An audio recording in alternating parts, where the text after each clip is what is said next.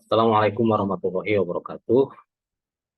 Pada video kali ini saya akan berbagi tips ya untuk mengikuti ujian atau uji pengetahuan PPG tahun 2003 supaya nanti bisa berjalan dengan baik ya.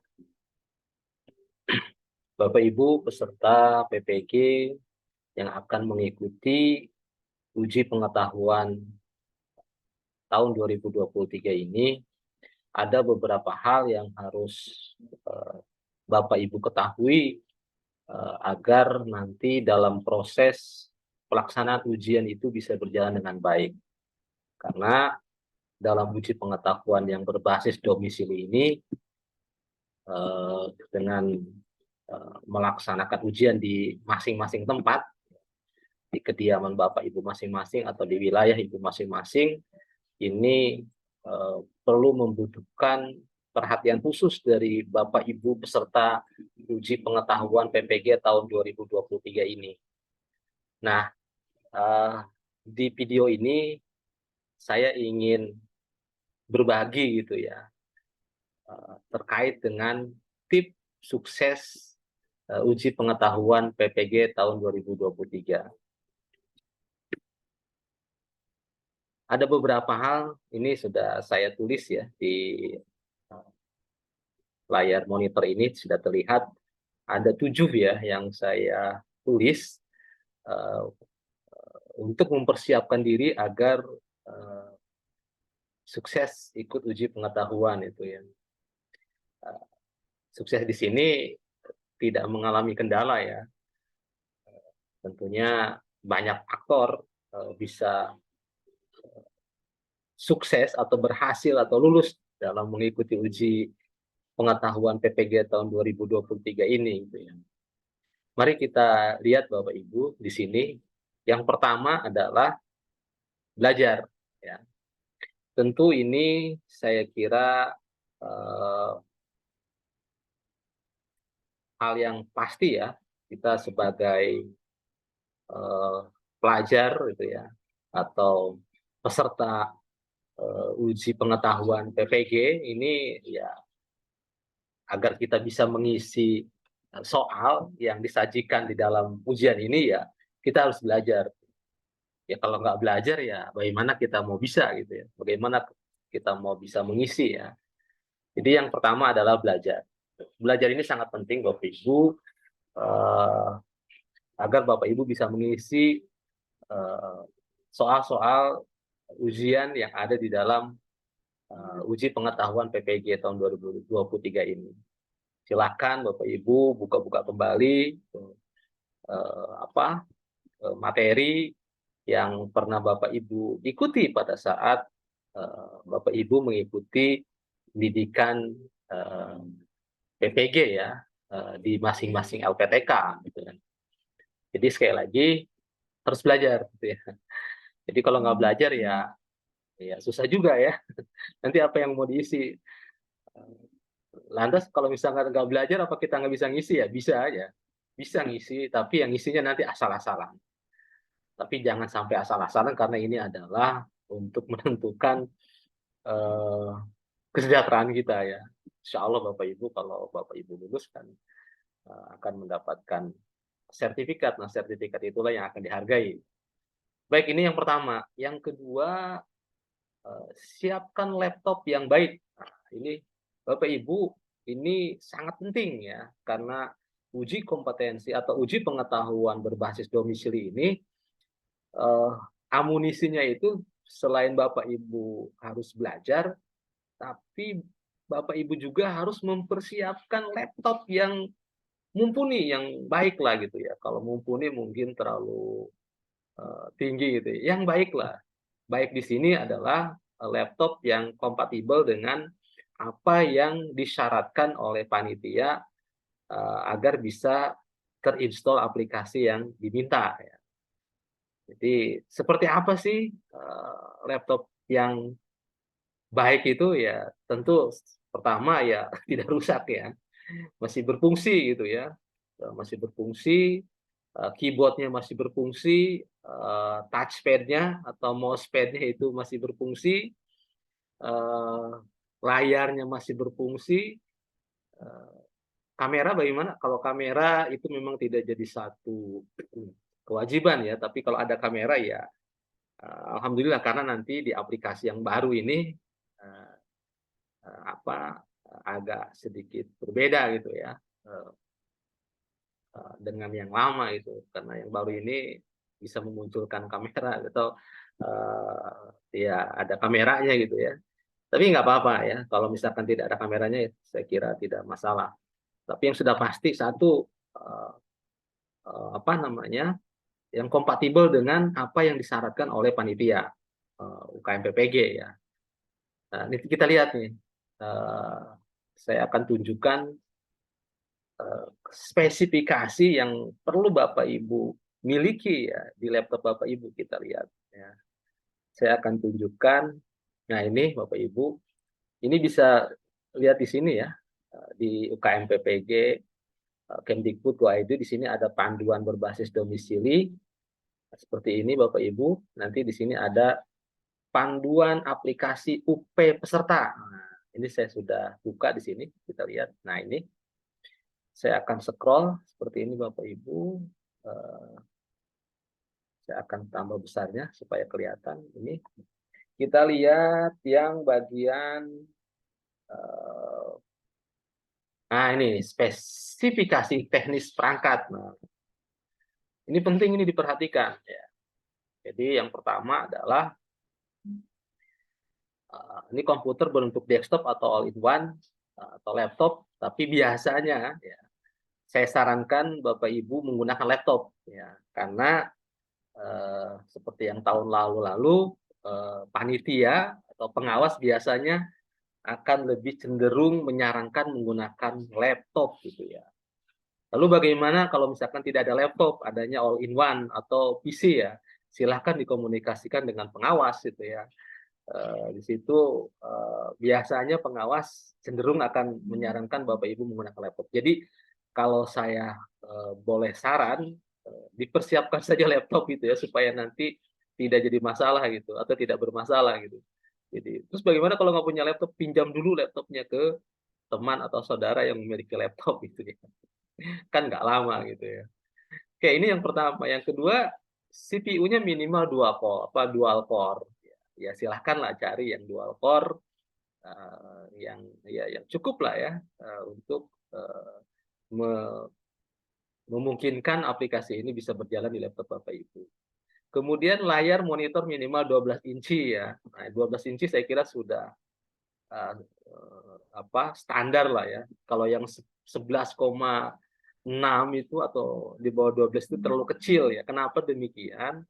Kenapa minimal 12 itu saya kira, eee, karena memang ini kan ujian itu kan cukup lama gitu ya. Nanti kalau layarnya terlalu kecil nanti Bapak Ibu akan cukup lelah gitu ya melihat layar yang kecil gitu. Tapi kalau layarnya besar itu mungkin lebih, memberikan kenyamanan untuk dilihat soal-soal yang ada di laptop itu atau di layar laptop itu. Kemudian, RAM minimal 2 giga. Nah, ini Bapak Ibu perhatikan ya. Rata-rata lah RAM sekarang, laptop sekarang ya rata-rata ya 2 giga ya.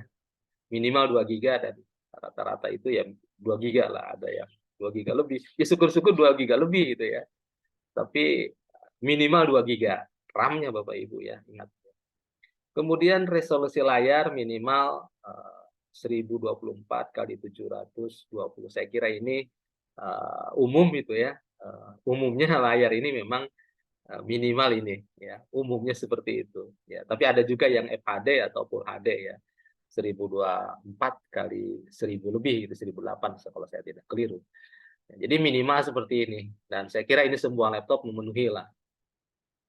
Kemudian, sistem operasi Microsoft Windows 8 atau 8.1 atau Windows 10 atau juga ada yang bisa juga Windows 11 itu ya, tapi di sini dipersyaratkan minimal Windows 8, atau 10.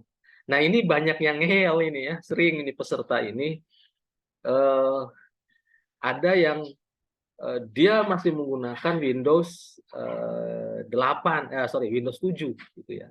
Nah, Windows 7 ini kadang, eee, ini cerita dulu ya pengalaman, eee, peserta itu bisa mendownload itu dan, sistem itu atau aplikasi itu running di laptopnya itu. Jadi dia harus, "Pak, ini saya di, Windows 7 saya berjalan baik, Pak," ya. Ada yang kekeh seperti itu, ya terserah biasanya panitia atau pengawas itu akan ya terserah Bapak Ibu ya, tapi kami menyarankan gitu, biasanya pengawas seperti itu, seperti ini, minimal 8 atau 10, ya Windows 8 atau Windows 10. Nah, biasanya ini resikonya itu akan ditanggung oleh Bapak Ibu kalau misalkan terjadi apa-apa di dalam pelaksanaan UP pada waktunya gitu ya. Nanti jangan jangan salahkan diri sendiri juga pada saat, ujian itu ya, tiba-tiba, laptopnya stuck gitu ya, berhenti karena, eee tidak memungkinkan atau tidak support itu ya, di, poin-poin tertentu sehingga, eee, ujian Bapak Ibu berhenti gitu ya. Nah, ini tentunya akan merugikan Bapak Ibu. Jadi mohon kalau saya gitu ya, prepare, persiapkan saja. Terus bagaimana saya nggak punya Windows, laptop yang Windows 7, 8 atau 10? Cari ya, cari teman atau saudara atau siapalah yang mempunyai, Windows, 8 atau 10. Kalau tidak ya silakan install ya, install Windows yang 10. Ya, jadi saran saya jangan, "Saya nggak punya," ya iya iya ini effort Bapak Ibu itu, usaha Bapak Ibu. Jadi, eee, apa namanya, silahkanlah Bapak Ibu yang, eee, apa namanya, yang yang mengambil keputusan atau yang menentukan itu ya. Kemudian yang ke mana ini, oke selanjutnya di sini kita lihat, ruang hard disk ya minimal 200 megabit ya saya kira, eee cukup lah ya, rata-rata sekarang habisnya cukup besar ya, 1 tera, ada yang 500 minimal, rata-rata sekarang itu 500 giga, habis laptop baru ya. Kalaupun tuh ada yang 250 giga, saya kira, mungkin nggak ada yang space akhirnya itu tinggal 200 megabit, tapi bukan berarti tidak ada, bisa saja ada, nanti Bapak Ibu bisa dicek gitu ya. Kemudian, webcam, nah ini, yang berfungsi dengan baik, karena memang webcam ini tidak jadi satu keharusan ya, dulu itu tapi ya, nanti silahkan nanti konsultasikan dengan pengawas apakah webcam ini menjadi satu keharusan atau tidak ya. Di, tahun-tahun sebelumnya webcam ini tidak menjadi satu wajib gitu ya, walaupun tuh laptopnya tidak, support, webcam ya tidak masalah. Karena memang nanti akan menggunakan Zoom ya, aplikasi Zoom, untuk mengontrol Bapak Ibu dari kejauhan oleh pengawas itu, ya. Yang berikutnya ke-9 adalah, eee, miliki keyboard dan mouse yang berfungsi. Nah, ini juga penting Bapak Ibu. Nah, sering kejadian tuh ya, dalam pelaksanaan UP ataupun, uji kompetensi lainnya, yang sifatnya domisili atau berbasis online ini, di perjalanan atau di pertengahan jalan itu kadang-kadang error keyboard-nya gitu ya. Nah, ini tolong diperhatikan ya. Tolong diperhatikan kondisi laptopnya yang baik tadi itu ya, hati-hati, perhatikan betul keyboard-nya itu masih berfungsi atau tidak. Nanti kalau tidak berfungsi nanti jadi bermasalah. Nanti yang rugi Bapak Ibu. Jadi alangkah baiknya sebelum Bapak Ibu melakukan kegiatan atau ikuti ujian UP ini, pastikan perangkatnya ini atau laptopnya ini memang laptop yang baik dan bisa digunakan gitu ya. Sesuai dengan ya minimal speknya seperti ini gitu ya. Kita kembali lagi ke sini Bapak Ibu. Jadi ini nomor 2, jadi pastikan laptopnya baik ya tadi, speknya seperti tadi disampaikan. Yang ketiga, ini adalah, eee, install aplikasi Exam Browser. Nah ini agak, eee, di tahun 2023 ini, sepertinya uji pengetahuan ini menggunakan Exam Browser ya. Kalau di tahun sebelumnya, kalau saya tidak keliru itu menggunakan Shape Exam Browser ya, atau, SHAPE gitu ya. Kalau ini sekarang Exam Browser. Ini memang yang banyak digunakan oleh kementerian dalam melakukan tes-tes untuk kegiatan tes lah ya. Jadi silahkan install aplikasi Exam Browser-nya. Uh, untuk proses instalasinya, Bapak Ibu bisa minta bantuan. Kalau misalkan tidak mengerti bagaimana cara install ini aplikasi, ya silakan bisa minta bantuan tetangga atau orang yang mengerti gitu ya. Nah, downloadnya di mana aplikasi ini? Untuk mendapatkan aplikasi ini dari mana? Eh, kita lihat di sini ya, di sini Bapak Ibu. Nah, di sini ya, saya close ini. Di sini kan ada panduan UP berbasis domisili. Ingat di sini ya, ini website atau halaman yang memang disediakan oleh kementerian ya. Untuk kegiatan UKM PPG ini, jadi ukm.ppg.kemdikbud.go.id gitu ya. Nah, di sini ada panduan UP berbasis domisili. Nah, nanti di sini ada aplikasi. Nah, Bapak Ibu, ini aplikasinya ada di sini ya. Jadi silakan Bapak Ibu pilih ini ya. Ada yang 64 bit, ada yang 32 bit. Nah, ini kalau nggak ngerti itu bit apa nanti bisa dicek lah ya di laptopnya apa namanya untuk melihat bitnya berapa gitu. Biasanya ya kalau untuk mengecek bit itu di apa eh, seperti ini Bapak Ibu ya. Kita lihat di sini. Nah, saya mau tunjukkan. Kalau ini saya pakai Windows 10, kita di PC ya, kita klik sini, klik kanan, kemudian kita lihat di properties. Nah, ini Bapak Ibu. Nah, ya, sistem type-nya ini atau tipe sistem tipenya ini, nah di sini kita lihat 64 bit, artinya komputer atau sistem komputer yang kita pakai di laptop kita ini adalah menggunakan tipenya 64 bit gitu ya.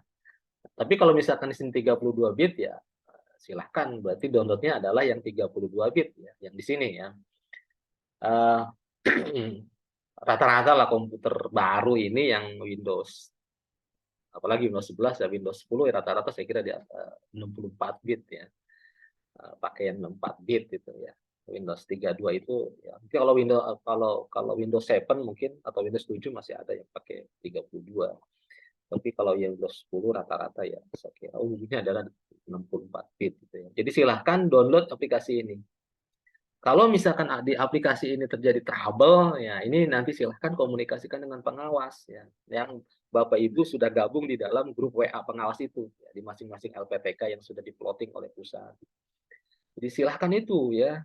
Jadi jangan diam saja kalau misalnya bagaimana ini ternyata error itu download di sini. Nah, nanti biasanya pengawas, saya kira pengawasnya baik-baik lah ya, minta arahan atau bisa juga ke LPTK di mana tempat kita belajar ya waktu ikut ujian PPG itu ya, misalkan di mana gitu ya, ya silahkan nanti komunikasikan dengan tim IT-nya PPG tersebut atau LPTK Bapak Ibu belajar waktu ikuti PPG ya tanya gitu ya. Ini saya nggak bisa ini di aplikasi misalkan ini nggak bisa download error misalkan eh, eh, ngambil data apa bisa download di mana lagi misalkan alternatifnya seperti itu. Jadi Bapak Ibu pastikan ini ya terinstall dengan baik. Jadi pastikan terinstall dengan baik gitu ya. Jadi aplikasi Exam Browser-nya. Karena kalau ini tidak terinstall dengan baik ya jangan ditunda-tunda Bapak Ibu ya.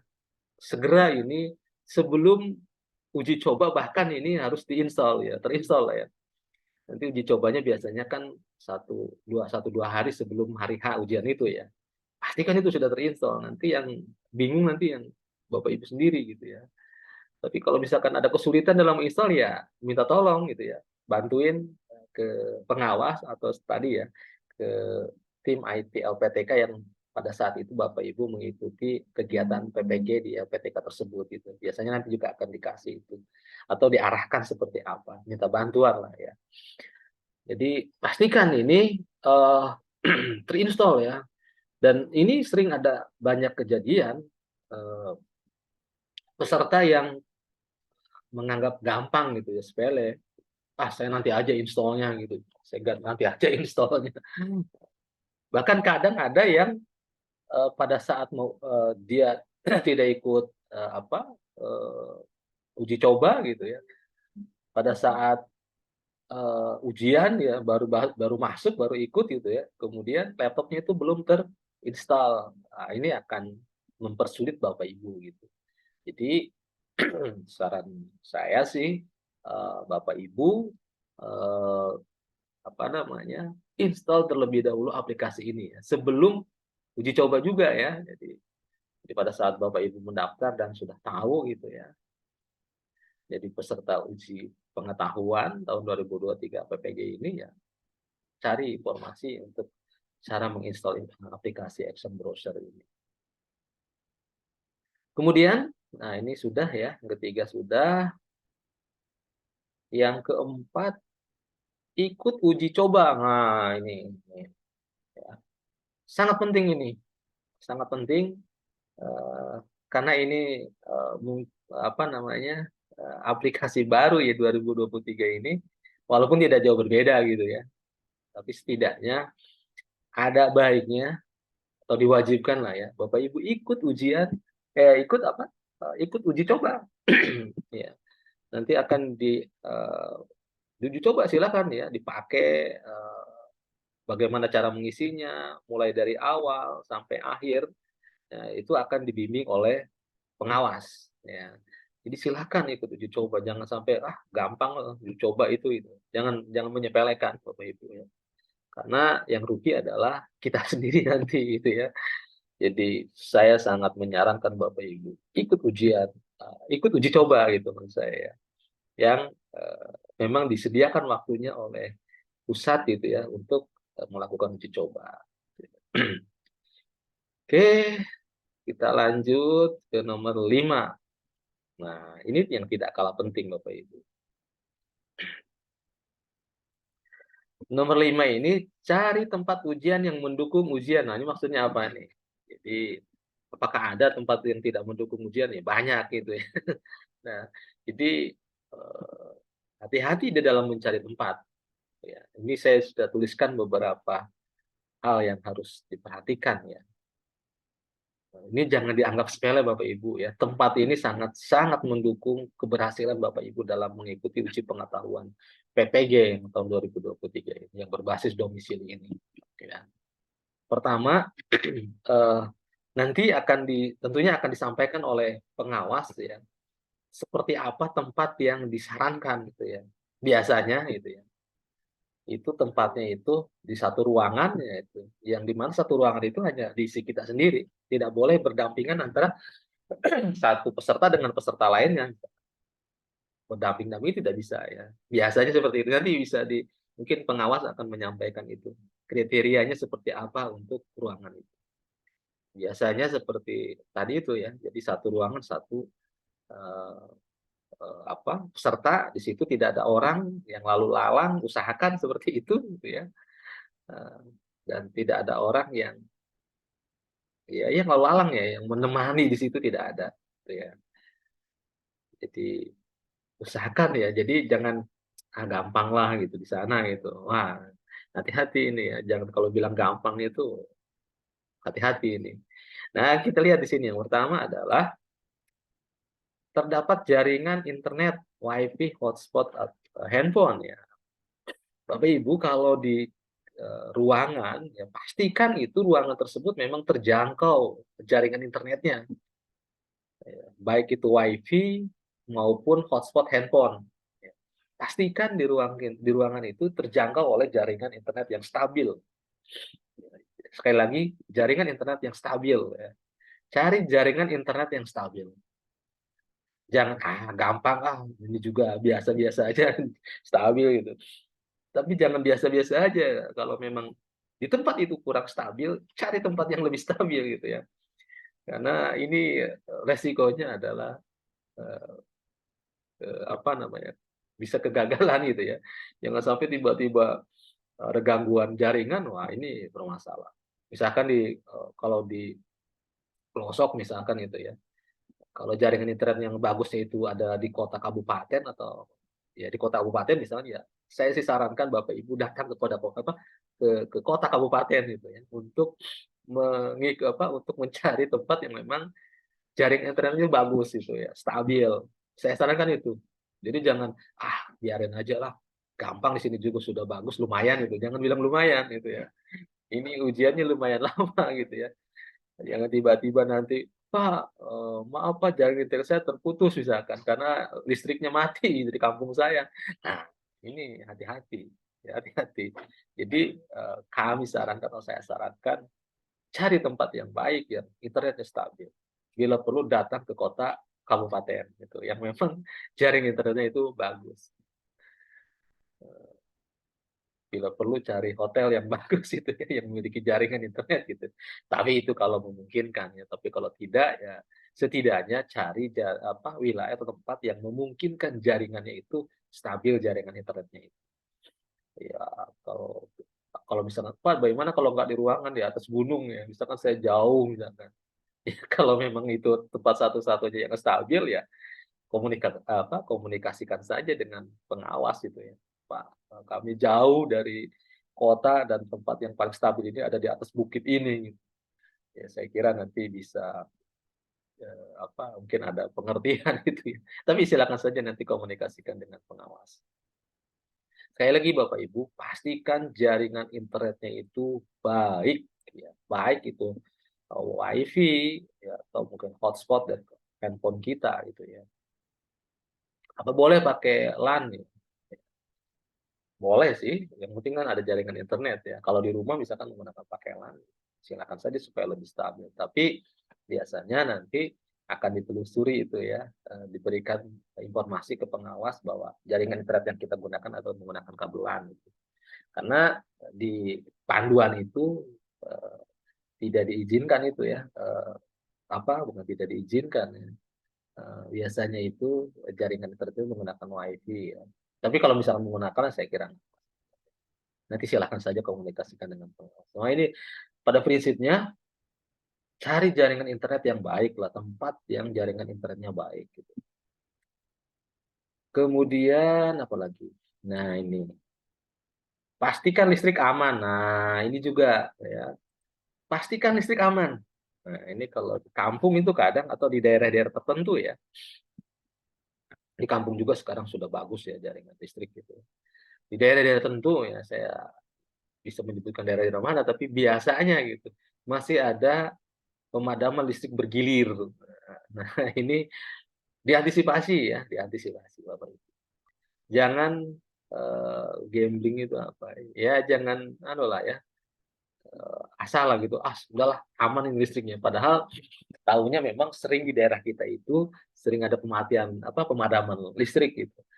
Kalau saya boleh saran, cari tempat atau daerah yang memang aman untuk, pemadaman listrik. Nah, ini banyak kasus ini ya, sering kejadian peserta yang tiba-tiba di wilayahnya itu listriknya mati. Nah, ini resikonya kadang listrik mati ini dampaknya juga ke jaringan internet ya, provider biasanya mati juga kalau providernya yang nggak ada gensetnya gitu ya. Nah, ini juga akan merugikan Bapak Ibu ya. Jadi saya sarankan tolong diperhatikan betul itu jaringan listrik itu ya. Bila perlu ya cari ke kota lah ya, ke kota kabupaten yang memang jaringan listriknya aman gitu ya, tidak mati, secara bergiliran itu. Kemudian selanjutnya, nah ini Bapak Ibu ya, eee, siapkan ruangan untuk ujian. Ini kadang, eee, bisa di ruangan kelas gitu ya, kalau di sekolah kalau kita pinjam ruangan sekolah gitu, atau di kantor kita, ruangan kantor kita misalnya, ya silakan saja yang penting tadi ya, eee, tidak ada orang gitu, kita hanya bisa, ada kita sendiri melakukan kegiatan di situ gitu ya. Karena biasanya kalau ada orang lain itu akan ditegur oleh pengawas itu ya. Hati-hati pengawas itu punya banyak mata Bapak Ibu walaupun jauh ya, dikontrol dari jauh, tapi jangan pikir Bapak Ibu pengawas itu nggak bisa ngawasi itu ya. Eee, biasanya pengawas itu akan teliti gitu. Caranya bagaimana ya, itu ada ya strategi pengawas itu ya, untuk memantau Bapak Ibu dari jauh gitu, me-remote Bapak Ibu dari jauh gitu ya, tentang lingkungan, ruangan Bapak Ibu. Nah, ini perhatikan betul ya. Kemudian juga usahakan, nah ini juga sering terjadi, usahakan ya, semaksimal mungkin jangan yang di pinggir jalan itu. Kalau berisik kendaraan biasanya itu, eee, suaranya itu akan terdengar oleh, apa, peserta lain karena nanti setiap pengawas kan ada beberapa peserta misalkan, ada 20 atau sekian peserta ya dalam satu pengawasan. Nah, nanti biasanya kalau di pinggir jalan, nanti zoom-nya itu kan di-on-kan anunya ya, sound-nya itu tidak dimatikan atau tidak di-mute. Nah, itu biasanya akan sangat mengganggu teman-teman yang peserta lain itu ya. Kalau memungkinkan cari tempat yang memang nyaman, tidak bising gitu ya, sehingga tidak mengganggu peserta lainnya ya. Kok bisa mengganggu? Ya tadi ya, karena satu, eee, dalam ujian ini, nanti Bapak Ibu akan dipantau melalui menggunakan Zoom ya, menggunakan Zoom, eee, apa, menggunakan Zoom, untuk pelaksanaan, apa namanya, UP ini gitu ya. Nanti kita bahas nanti ya. Eee, yang selanjutnya adalah ini, siapkan handphone, pastikan handphone-nya yang baik juga Bapak Ibu ya. Jangan, sering, kejadian itu, tiba-tiba di pertengahan jalan handphone-nya mati gitu ya, karena baterainya habis. Nah, ini pastikan ya, kalau memang handphone-nya itu tidak kuat baterainya, tahan lama, ya saya kira sambil dicas saja gitu ya. Nanti minta, beritahu ke pengawas, handphone-nya sambil dicas gitu ya. Atau kalau misalkan kalau dicas panas misalkan, ya carilah pinjam sama handphone, siapa yang untuk sesaat ya, untuk dalam kegiatan ujian itu. Jadi jangan apa, eee, kalau kami sarankan ya ada effort lah gitu, ada usaha gitu ya. Jadi pastikan ini handphone-nya ini kondisinya baik, sudah terinstall aplikasi Zoom. Ya nanti, untuk apa handphone ini? Handphone ini digunakan untuk memantau, Bapak Ibu ya, melalui aplikasi Zoom. Nanti aplikasi Zoom-nya itu bukan di laptop, tapi di handphone. Jadi nanti, Bapak Ibu masuk di Zoom melalui handphone, nanti pengawas akan mengarahkan itu biasanya, posisi handphone-nya itu ditaruh di mana, kameranya ditaruh di mana, supaya, posisi peserta itu bisa terlihat dengan baik gitu ya. Jadi pastikan itu, eee, aman ya. Ya kemudian juga, karena ini menggunakan jaringan internet, nah kalau Bapak Ibu menggunakan handphone sebagai hotspot, pastikan ya kuota internet di handphone Bapak Ibu itu cukup gitu ya. Ini juga sering terjadi tiba-tiba, kuota internetnya habis gitu ya. Nah ini akan mengganggu Bapak Ibu ya, akan merugikan Bapak Ibu, karena seharusnya waktu yang, bisa terselesaikan ya, tapi dengan cepat misalkan karena ada masalah jaringan, handphone internetnya kuotanya habis ya, nah itu akan putus. Nah biasanya Bapak Ibu kalau, Bapak Ibu tidak terlihat di Zoom, pengawas biasanya akan men-stop gitu ya, kegiatan ujian Bapak Ibu, sampai Bapak Ibu bisa terlihat lagi di Zoom itu ya. Nanti setelah terlihat lagi di Zoom, biasanya pengawas akan, memberikan akses lagi untuk ikut ujian lagi gitu ya. Jadi saran saya, eee, pastikan handphone-nya dalam kondisi yang baik, baterainya full. Kalau misalkan baterainya memang cepat habis ya silakan sambil di-charge gitu ya. Sehingga, eee, itu bisa menyuplai internet dengan baik, dan juga, zoom-nya itu dengan baik juga gitu ya. Ya silakan saja nanti apakah, jaringan internet yang pakai untuk laptop itu pakai jaringan WiFi kampus, sekolah misalkan, ya silakan saja. Handphone-nya pakai hanya untuk Zoom di handphone atau dua-duanya di handphone ya nggak apa-apa. Ya, yang penting sekali lagi kuota internetnya itu cukup, kuotanya internetnya cukup sampai Bapak Ibu menyelesaikan ujian itu. Jangan sampai nggak dicek dulu, cek dulu kuotanya ya, bila perlu diisi ya, diisi yang 20 giga atau yang 60 giga atau yang berapa giga lah itu. yang memang memungkinkan Bapak Ibu aman, jaringan internetnya itu tidak kehabisan, kuotanya.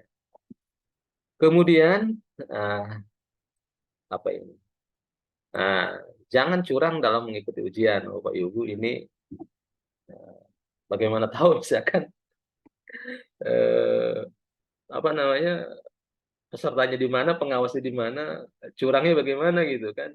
Nah, ini jangan punya pikiran seperti itu, ya. "Ah, saya mau" kan nggak ada yang tahu, nggak ada yang ngelihat misalkan. Ya memang nggak ada yang ngelihat, tapi eee, pengawasan malaikat itu ya. Jadi Bapak Ibu, kita sebagai guru itu ya, jangan memberikan contoh yang tidak baik lah gitu ya. Eee, jadi ikuti saja ujian, dengan sendiri gitu ya, tanpa harus, apa namanya, apa namanya, berbuat curang. Curangnya di mana misalnya, ada orang yang membantu itu ya, ini sering, dalam setiap ujian, selalu ada gitu ya, mendengar informasi terkait dengan kecurangan ini intinya. Ya kecurangan maksudnya dibantu, kelihatan dari mana ada orang bantu ya. Nah ini lagi-lagi inilah, eee, kemampuan dari pengawas itu ya. Pengawas ini luar biasa Bapak Ibu.